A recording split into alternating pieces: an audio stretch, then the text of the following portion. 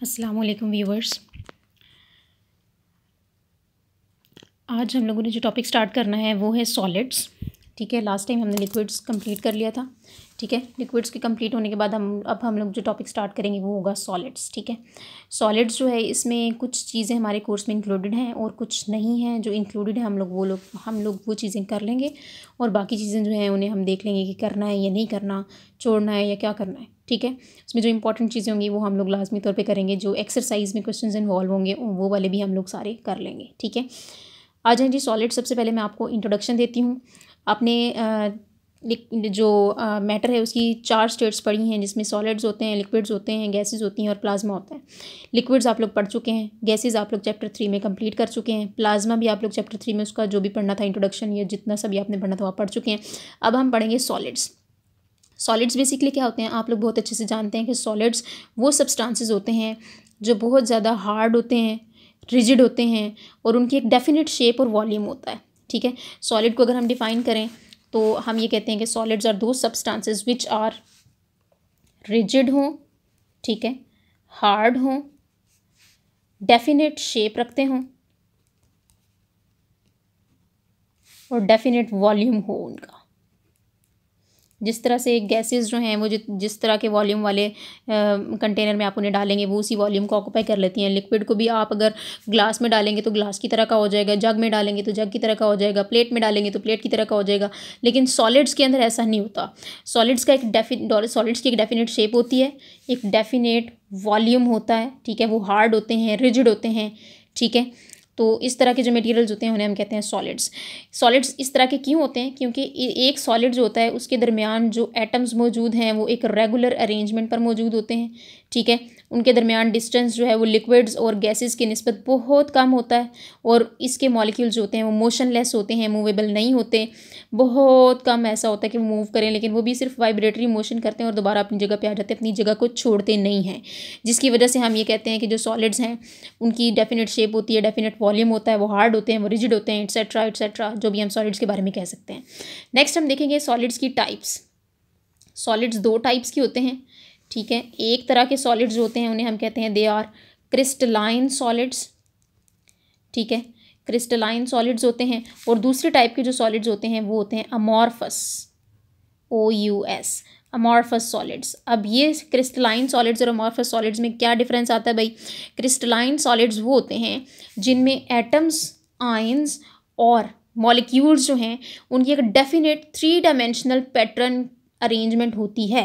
ठीक है, यानी इसके अंदर atoms, ions and molecules are arranged in a definite 3D, 3D means 3-dimensional pattern।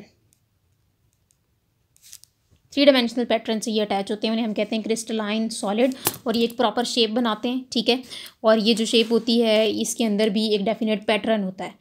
इसके कंपैरिजन में जो आपके पास अमॉर्फस सॉलिड्स हैं, अमॉर्फस सॉलिड्स होते हैं वो किस तरह के होते हैं? ये वो सब्सटेंसेस होते हैं जिनके अंदर जो एटम्स, आयंस और मॉलिक्यूल्स हैं उनकी कोई प्रॉपर रेगुलर अरेंजमेंट नहीं होती। तो हम कहते हैं दीज आर द सॉलिड्स, दो solids which do not have a regular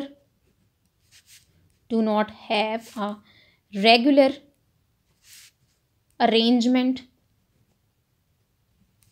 of atoms, ions और मॉलिक्यूल्स। जिस भी चीज़ से मिलके वो सॉलिड बना हुआ है उसके दरमियान कोई रेगुलर अरेंजमेंट नहीं होता, जबकि क्रिस्टलाइन सॉलिड्स के अंदर एक प्रॉपर रेगुलर अरेंजमेंट होती है। 3D पैटर्न के अंदर वो एक दूसरे के साथ जुड़े हुए होते हैं।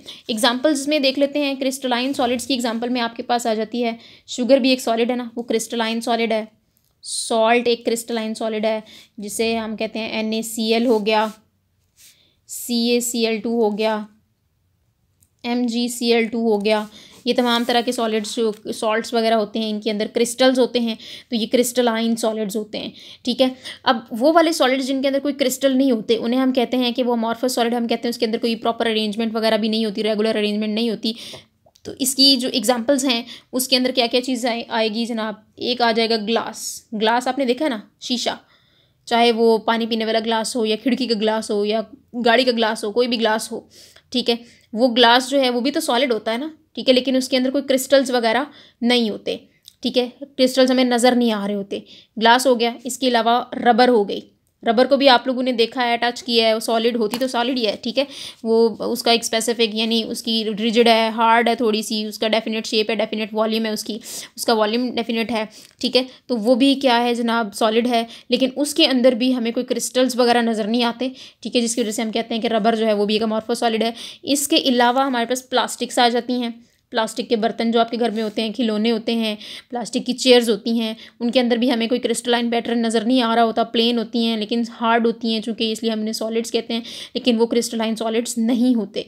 उसके अलावा ग्लू हो गई, ग्लू आपने देखी है ना, ग्लू जो हार्ड ग्लू होती है वो भी, ठीक है, तो फ्लो नहीं करती ना वो, मतलब होता थोड़ा लिक्विड मटेरियल है लेकिन फ्लो नहीं कर रही होती, फ्लो नहीं कर पा रही होती है, स्पेशली वो जो दरख्तों के ऊपर ग्लू लगती है ना, सख्त होती है ना, आपने देखी होगी, वो भी होती तो सॉलिड है लेकिन उसके अंदर कोई भी हमें क्रिस्टलाइन अरेंजमेंट वगैरह जो है ना वो नज़र नहीं आ रही होती, तो इसलिए हम कहते हैं कि वो भी अमॉर्फस सॉलिड है, ठीक है।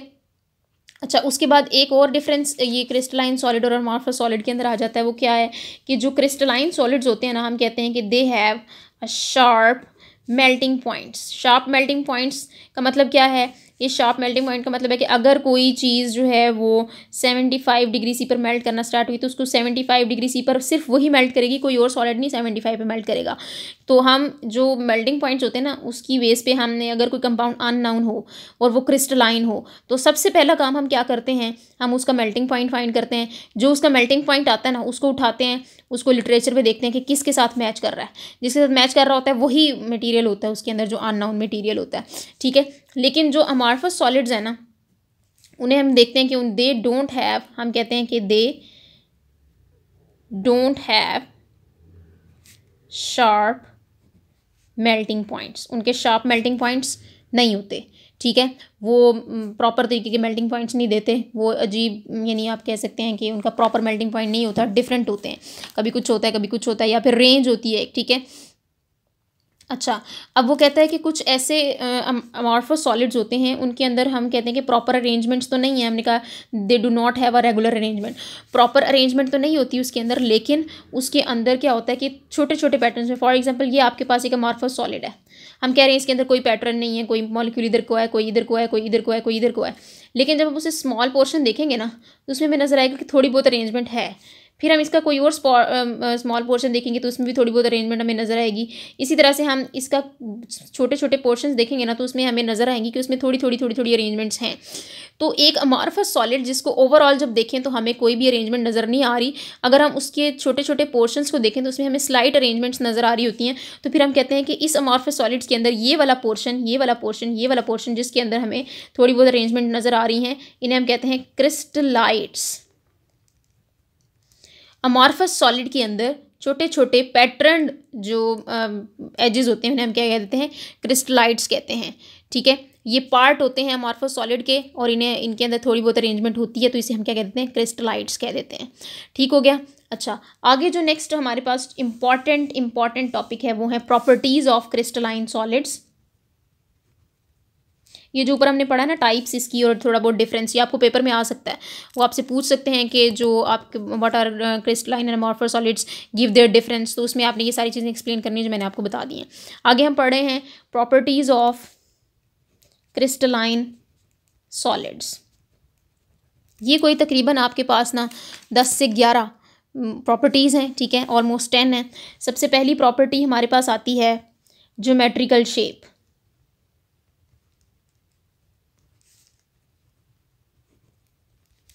ठीक है। अच्छा, दूसरी प्रॉपर्टी हमारे पास आती है जनाब मेल्टिंग पॉइंट्स। तीसरी प्रॉपर्टी हमारे पास आती है जनाब क्लीवेज प्लेन्स।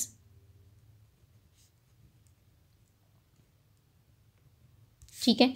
फोर्थ प्रॉपर्टी आपके पास आती है एन आइसोट्रोपी। ये क्या चीज़ है हम अभी डिस्कस कर लेते हैं कि एन आइसोट्रोपी क्या है, ठीक हो गया। और फिफ्थ वाली प्रॉपर्टी हमारे पास आती है सिमेट्री। सिक्स्थ प्रॉपर्टी हमारे पास आती है habit of a crystal.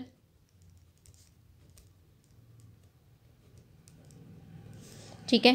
7th property हमारे पास आती है आइसोमॉर्फिज्म। 8th प्रॉपर्टी हमारे पास आती है पॉलीमॉर्फिज्म। इसके बाद मज़ीद भी कुछ प्रॉपर्टीज़ हैं हमारे पास। एक जो हमारी 9th प्रॉपर्टी है वो है allotropy.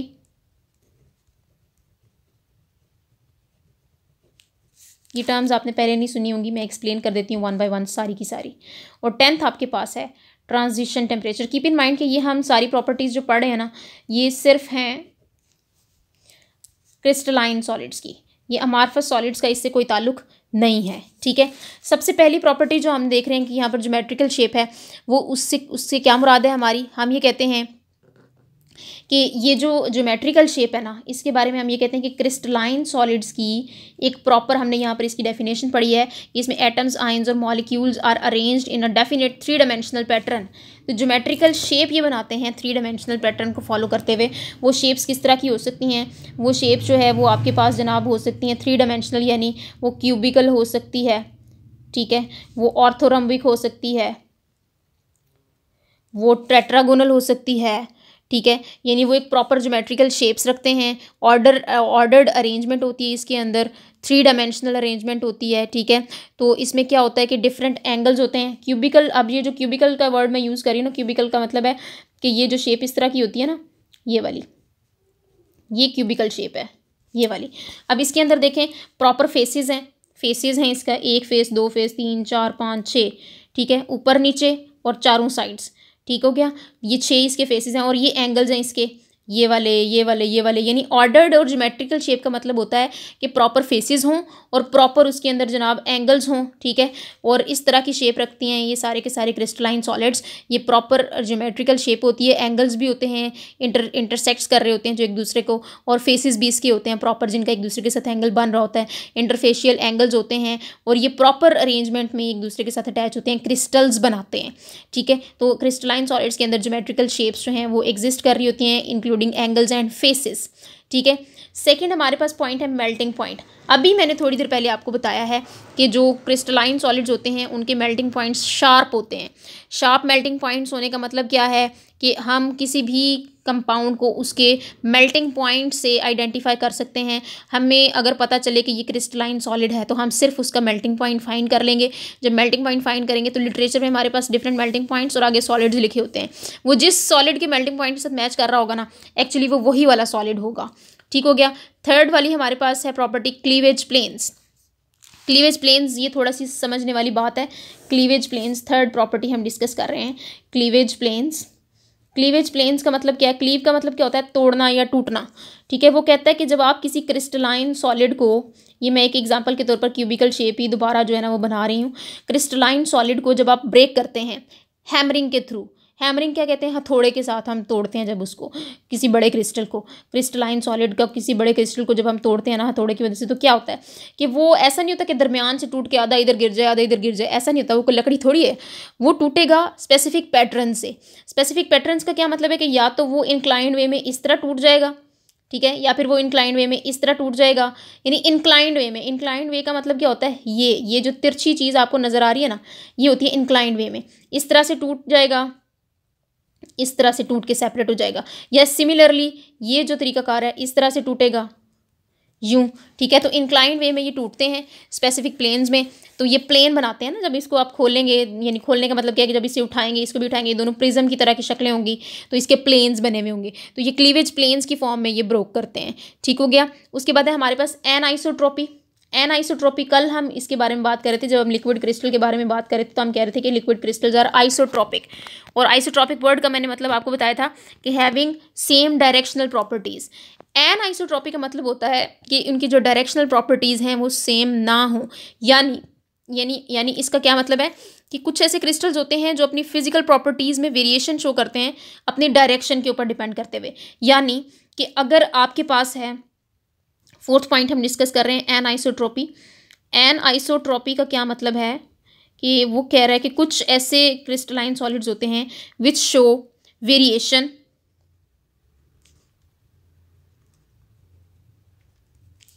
In physical properties depending upon direction.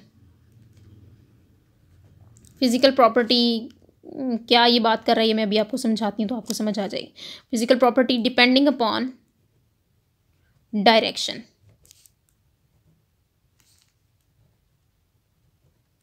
ठीक हो गया।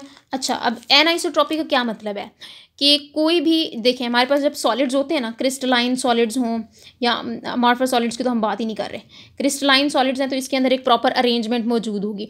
वो अरेंजमेंट का मतलब क्या है कि अरेंजमेंट यानी एटम्स जो हैं वो या तो यूं प्लेन्स की फॉर्म में एक दूसरे के अंदर अरेंज हुए होंगे, ठीक है, या फिर वो कह लें कि डिफरेंट कोई और पैटर्न, या फिर वर्टिकल या फिर इस तरह हॉरिजॉन्टल वे में, ठीक है।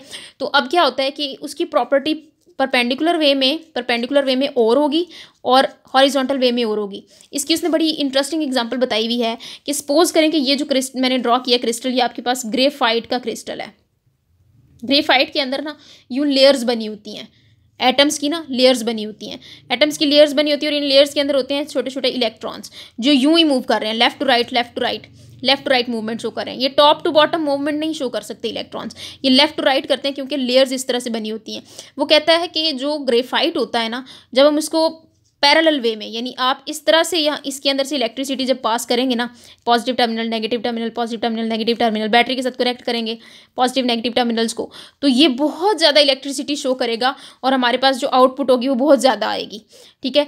लेकिन अगर हम इसके अंदर इसी तरह, ये क्रिस्टल ड्रॉ है, ठीक है, ग्रेफाइट का क्रिस्टल इसी तरह से है, इसके अंदर अरेंजमेंट बिल्कुल ऐसी होती है, यानी यूं इस तरह से। अब अगर आप इसके साथ बैटरी कनेक्ट करते हैं यूं, तो ये आपने किस तरह कर दी है, परपेंडिकुलर वे में। ये पैरेलल है ना, इन लाइंस के प्लेन्स के पैरेलल कनेक्ट हुई हुई है बैटरी, तो ये मैक्सिमम अपनी थर्मल कंडक्शन शो करेगा या इलेक्ट्रिकल कंडक्शन शो करेगा। लेकिन अगर हम इसी ग्रेफाइट के क्रिस्टल को वर्टिकली या परपेंडिकुलरली हम बैटरी के साथ कनेक्ट कर देते हैं, तो इस केस में क्या होगा कि जो इलेक्ट्रिकल कंडक्शन है वो ना होने के बराबर होगी, ठीक है। यहाँ पर हम कहेंगे कि मैक्सिमम कंडक्शन होगी इलेक्ट्रिसिटी की और इस केस में मिनिमम होगी। यहाँ पर मिनिमम क्यों है, इस वजह से कि इलेक्ट्रॉन्स तो इसके इसी डायरेक्शन में मूव कर सकते हैं, ऊपर नीचे वाले डायरेक्शन में तो मूव ही नहीं कर सकते, जिसकी वजह से ये इसे असिस्ट भी नहीं करेंगे इलेक्ट्रिकल कंडक्टिविटी में। तो इस केस में इसकी मिनिमम कंडक्शन होगी, मिनिमम इलेक्ट्रिकल कंडक्शन होगी, ठीक हो गया। ये है इसका एनआइसोट्रोपिक बिहेवियर। एनआइसोट्रोपिक बिहेवियर से क्या मुराद है कि डायरेक्शनल बिहेवियर है, वर्टिकल डायरेक्शन में ये बिल्कुल नहीं शो कर रहा और जब हम इसकी हॉरिजॉन्टल डायरेक्शन करते हैं तो ये एक बहुत अच्छी इलेक्ट्रिकल कंडक्शन शो करता है, ठीक है। उसके बाद हमारे पास नेक्स्ट प्रॉपर्टी है सिमिट्री की। सिमिट्री जो होती है ना, इसका मतलब ये होता है कि वो कहता है कि अगर हमारे पास एक कह लें कि सॉलिड है, हम उसको उसके फेस के अलॉन्ग या उसके एक्सिस के अलॉन्ग या उसके दरमियान पिन पॉइंट के दौरान अलॉन्ग जब हम उसे घुमाते हैं तो अपने डिफरेंट एंगल्स को रिपीट करता है। यानी सिमिट्री का उसने यहाँ पर एक डेफिनेशन लिखी है, ये देखें आप लोग, मैं आपको बुक से ही दिखा देती हूँ। वो कहता है the repetition of faces angles or edges when a crystal is rotated by 360 degrees along with its axis is called symmetry. This is an important property of crystal and there are various type of symmetry elements found in crystals like center of symmetry, plane of symmetry and axis of symmetry. कहने का मतलब क्या है, कह रहा है वो symmetry वाला हम पॉइंट डिस्कस कर रहे हैं यहाँ पे।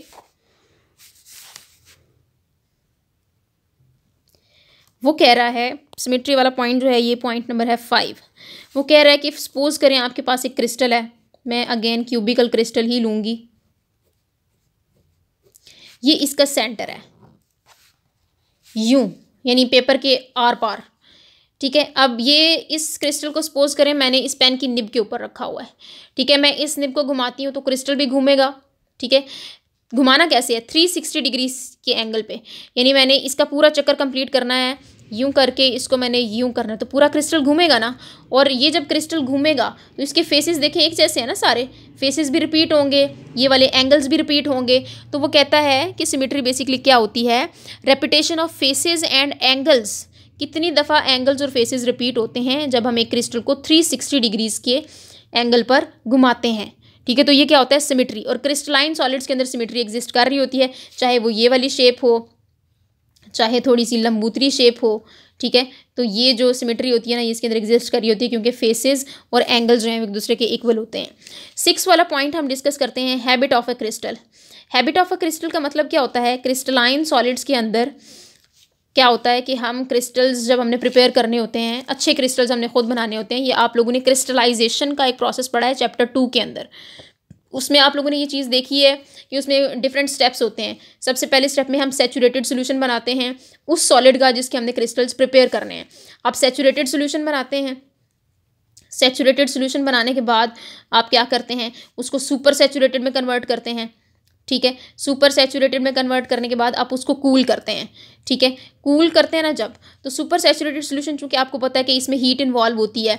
सैचुरेटेड सोल्यूशन का मतलब क्या है कि अगर आप एक सोल्यूशन बनाना चाह रहे हैं वाटर का और सॉल्ट का, आप सॉल्ट डालते जा रहे हैं, डालते जा रहे हैं, डालते जा रहे हैं, इस हद तक डालेंगे कि उसके अंदर मजीद सॉल्ट डिजॉल्व ना हो, वो सैचुरेट हो जाए, तो वो सैचुरेटेड सोल्यूशन होगा। फिर आप उसको, उसी सोल्यूशन को उठाते हैं, उसके नीचे आप चूल्हा जला देते हैं, हीट पे रख देते हैं। हीट करेंगे तो जो नहीं डिजॉल्व हुआ था वो भी डिजॉल्व हो जाएगा, फिर मजीद डिजॉल्व हो जाएगा, फिर और डिजॉल्व हो जाएगा, फिर एक ऐसा पॉइंट आएगा कि मजीद उसके अंदर सोल्यूट जब आप डालेंगे तो वो डिजॉल्व नहीं हो पाएगा। वो होता है super saturated solution. Super saturated solution कैसे? गर्म करने से बना। अब उस सोल्यूशन को जब हम कूल करते हैं ना, तो जैसे ही वो नॉर्मल टेम्परेचर पर आता है ना, तो जो एक्स्ट्रा सोल्यूट उस सैचुरेटेड सोल्यूशन के अंदर ऐड हुआ था ना, जिसने इसको सुपर सैचुरेटेड बनाया, वो वापस क्रिस्टल्स की फॉर्म में निकल आएगा जैसे ही टेम्परेचर डाउन जाएगा। ठीक है, तो वो क्रिस्टलाइजेशन का प्रोसेस होता है, वो क्रिस्टल्स की फॉर्म में निकलते हैं बाहर। ठीक हो गया। तो वो जो क्रिस्टल्स होते हैं ना, यानी वो हमने देखना है कि कौन सा जो सॉलिड है वो किस तरह के क्रिस्टल्स बनाता है। ठीक है, वो होती है हैबिट ऑफ क्रिस्टल। कुछ जो क्रिस्टल्स होते हैं वो क्यूबिकल शेप बनाते हैं, कुछ जो हैं वो रोम्बोहेड्रल बनाते हैं, कुछ ऑर्थोरोम्बिक बनाते हैं, कुछ मोनोक्लिनिक बनाते हैं, कुछ ट्राइक्लिनिक बनाते हैं। तो किस तरह से वो ग्रो करता है, यानी हैबिट ऑफ अ क्रिस्टल को अगर हम इस आसानी से या ईजी आसान लफ्ज़ों में लिखें तो हम ये कहते हैं the shape of a crystal in which it usually grows, या आप कह सकते हैं growing pattern of crystalline solid is called a habit of a crystal। तो ये हर डिफरेंट क्रिस्टल की डिफरेंट होती है। ठीक है, ये हम 7 क्रिस्टल सिस्टम पढ़ेंगे, उसके अंदर हमें पता चलेगा कि हर एक क्रिस्टल जो है उसकी हर एक डिफरेंट सब्सटेंस की डिफरेंट होती है। उसके बाद नेक्स्ट हमारे पास से 7 वाली प्रॉपर्टी आती है आइसोमॉर्फिज्म।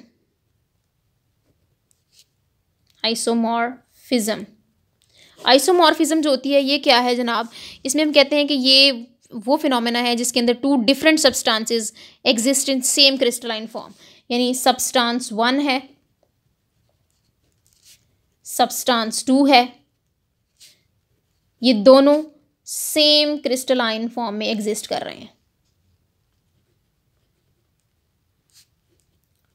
तो इन लोगों को हम कहेंगे कि वो आइसोमॉर्फिज्म हैं। ठीक है, और जो फिनोमेना होगा उसको हम आइसोमॉर्फिज्म कहेंगे। फॉर एग्जांपल मैं आपको 1-2 एग्जांपल जिसमें बता देती हूँ। ये देखें, ये टेबल देख लें आप लोग, एग्जांपल क्या बतानी है मैंने आपको। ये सोडियम नाइट्रेट और पोटाशियम नाइट्रेट दोनों डिफरेंट है ना, और ये दोनों रोम्बोहाइड्रल फॉर्म में एग्जिस्ट कर रहे हैं। K2SO4 और K2CrO4 ये भी डिफरेंट है और ये ऑर्थोरोम्बिक फॉर्म में एग्जिस्ट कर रहे हैं। उसके बाद ये कॉपर और सिल्वर को देखें, ये दोनों क्यूबिक फॉर्म में एग्जिस्ट करते हैं। जिंक और कैडमियम ये दोनों हेक्सागोनल फॉर्म में एग्जिस्ट करते हैं। ठीक हो गया। तो ये क्या है कि सब्सटेंसेस डिफरेंट होंगे लेकिन वो एक ही क्रिस्टलाइन पैटर्न को फॉलो कर रहे होंगे, तो उसे हम कहेंगे कि क्या कहेंगे, वो आइसोमॉर्फिज्म है, फिनोमेना आइसोमॉर्फिज्म है, और ये दोनों एक दूसरे के आइसोमॉर्फिज्म होंगे। ठीक है, आगे हमारे पास 8th प्रॉपर्टी है पॉलीमॉर्फिज्म। पॉली का मतलब क्या है, ज्यादा। ठीक है, अब इस केस में क्या होगा, पॉलीमॉर्फिज्म वो फिनोमेना है जिसमें एक ही कंपाउंड, यानी इसमें कंपाउंड एक है, compound is only one, and it exist in different crystalline pattern. Crystalline 2 pattern हो सकते हैं, crystalline pattern 1 and crystalline pattern 2। इसमें क्या था, 2 डिफरेंट सब्सटेंसेस थे और वो सेम क्रिस्टलाइन फॉर्म में एग्जिस्ट कर रहे थे। इसमें सब्सटेंस सेम है लेकिन वो 2 क्रिस्टलाइन फॉर्म्स में एग्जिस्ट कर रहा है। ठीक है, तो ये दोनों जो क्रिस्टलाइन फॉर्म्स हैं ये एक पॉलीमॉर्फिक होती हैं। ठीक है, जो सब्सटेंस है वो पॉलीमॉर्फिस कहलाता है। ठीक हो गया, और ये फिनोमेना पॉलीमॉर्फिज्म कहलाता है। इसमें उसने एग्जांपल दी है जनाब कि हमारे पास है for example silver nitrate. Silver nitrate 2 forms में एग्जिस्ट कर रहा है। एक इसकी होती है रोम्बोहेड्रल, ठीक है, और दूसरी इसकी होती है ऑर्थोरोम्बिक। सिमिलरली कैल्शियम कार्बोनेट ये भी 2 में एग्जिस्ट कर रहा होता है। एक इसकी बनाता है ये ट्राइगोनल क्रिस्टलाइन पैटर्न और दूसरा ये बनाता है ऑर्थोरोम्बिक। ठीक है, सब्सटेंस सेम है लेकिन वो दो डिफरेंट क्रिस्टलाइन फॉर्म्स में एग्जिस्ट कर रहा है। ठीक है, नेक्स्ट हमारे पास है, ये हमारे पास 8th प्रॉपर्टी थी। नेक्स्ट 9th प्रॉपर्टी है हमारे पास क्रिस्टलाइन पैटर्न सॉलिड की, वो है जनाब एलोट्रॉपी। एलोट्रॉपी जो है ना, ये तकरीबन पॉलीमॉर्फिज्म के सेम होता है। पॉलीमॉर्फिज्म में एक सब्सटेंस है, ये क्या चीज़ है, सब्सटेंस, कंपाउंड या सब्सटेंस कह सकते हैं आप।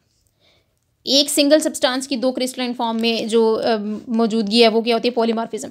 एलोट्रॉपी का केस भी तकरीबन सेम है, लेकिन इसमें हम क्या देखेंगे कि एलिमेंट एक है लेकिन वो दो क्रिस्टलाइन पैटर्न्स में एग्जिस्ट कर रहा है, क्रिस्टलाइन 1 एंड क्रिस्टलाइन 2 पैटर्न में। ठीक है, फॉर एग्जाम्पल आपके पास सल्फर है, सल्फर एट अ टाइम ये रोहोम्बिक फॉर्म में भी एग्जिस्ट करता है, एलिमेंट है ना सल्फर, ये रोहोम्बिक भी होता है, ठीक है, और ये मोनोक्लिनिक भी होता है। सिमिलरली आपके पास है कार्बन, ठीक है, कार्बन जो है ये क्यूबिक भी होता है, हेक्सागोनल भी होता है, क्यूबिक फॉर्म में भी एग्जिस्ट कर रहा होता है और हेक्सागोनल फॉर्म में भी एग्जिस्ट कर रहा होता है, दो ही इनफ है आपके लिए। ठीक है, लास्ट हमारे पास 10th प्रॉपर्टी है इसकी, ट्रांजिशन टेम्परेचर। ट्रांजिशन टेम्परेचर क्या होता है, टेम्परेचर ये वो टेम्परेचर है जो एलोट्रॉपी या पॉलीमॉर्फिज्म से रिलेटेड है, यानी एक ही कंपाउंड अपनी दो डिफरेंट क्रिस्टलाइन फॉर्म्स में एग्जिस्ट कर सकता है एक स्पेसिफिक टेम्परेचर पर। ठीक है, वो कहता है कि ट्रांजिशन टेम्परेचर कौन सा टेम्परेचर है, at which two crystalline forms of same substance coexist in equilibrium.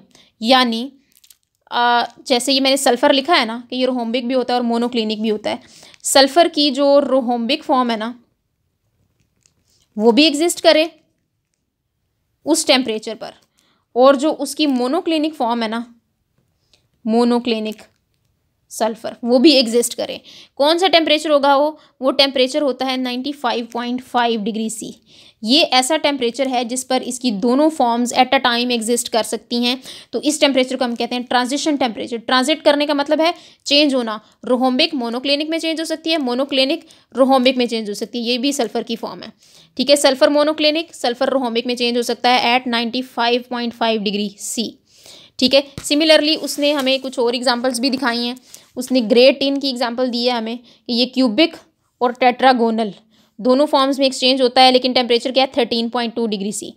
Similarly potassium nitrate के बारे में उसने बताया कि पोटेशियम नाइट्रेट रोहोम्बिक, ऑर्थोरोम्बिक और आर्थोरोम्बिक और रोहोम्बोहेड्रल 128 डिग्री सी पे ये दोनों फॉर्म्स एक दूसरे के अंदर इंटरचेंजेबल होती हैं। सिमिलरली ये आगे भी दो उसने बताई हैं, hydrated form, anhydrous form 32.38 degree C. ठीक है, और ये higher hydrated form and lower hydrated form ये भी एक दूसरे में एक्सचेंजेबल होती हैं 32.02 डिग्री सी पे। इसमें से आप ये जो पहली 3 एग्जांपल्स है ना, ये वाली ग्रे टिन, सल्फर और पोटेशियम नाइट्रेट, ये तीनों एग्जांपल्स आप लोगों ने करनी है। टेम्परेचर्स याद रखने हैं, ये नाम याद रखने हैं, ठीक है, और ये आप लोगों ने करना है। तो आज के लिए इतना इनफ है। ठीक है, ट्रांजिशन टेम्परेचर जो होते हैं वो एलोट्रॉपिक फॉर्म्स और पॉलीमॉर्फिज्म की जो फॉर्म्स होती हैं उनके अंदर ही एग्जिस्ट कर रहे होते हैं। तो क्रिस्टलाइन जो सॉलिड्स हैं इसकी हमने 10 प्रॉपर्टीज़ देखी हैं। ठीक है, हमने geometrical shape, melting point, cleavage planes, anisotropy, symmetry, habit of a crystal, isomorphism, polymorphism, allotropy, transition temperature, ये सारी प्रॉपर्टीज़ हम लोगों ने पढ़ी हैं। ठीक है, आपने ये सारी प्रॉपर्टीज़ अच्छे से लर्न करनी है। ठीक है, अच्छे से लर्न करेंगे तो इंशाल्लाह आपको ये सारा जो है ये आ जाएगा। और नेक्स्ट हम इंशाल्लाह इसका क्रिस्टल लैटिस और क्रिस्टल्स एंड देयर क्लासिफिकेशंस जो है वो पढ़ेंगे। ठीक है, तो हमारा ये जो पूरा कह सकते हैं आपके सॉलिड्स वाला पोर्शन ये कंप्लीट हो जाएगा। आज के लिए इतना काफ़ी है गर्ल्स, आप इसको बहुत अच्छे तरीके से पढ़िएगा, अपना ख्याल रखिएगा। अल्लाह हाफिज़।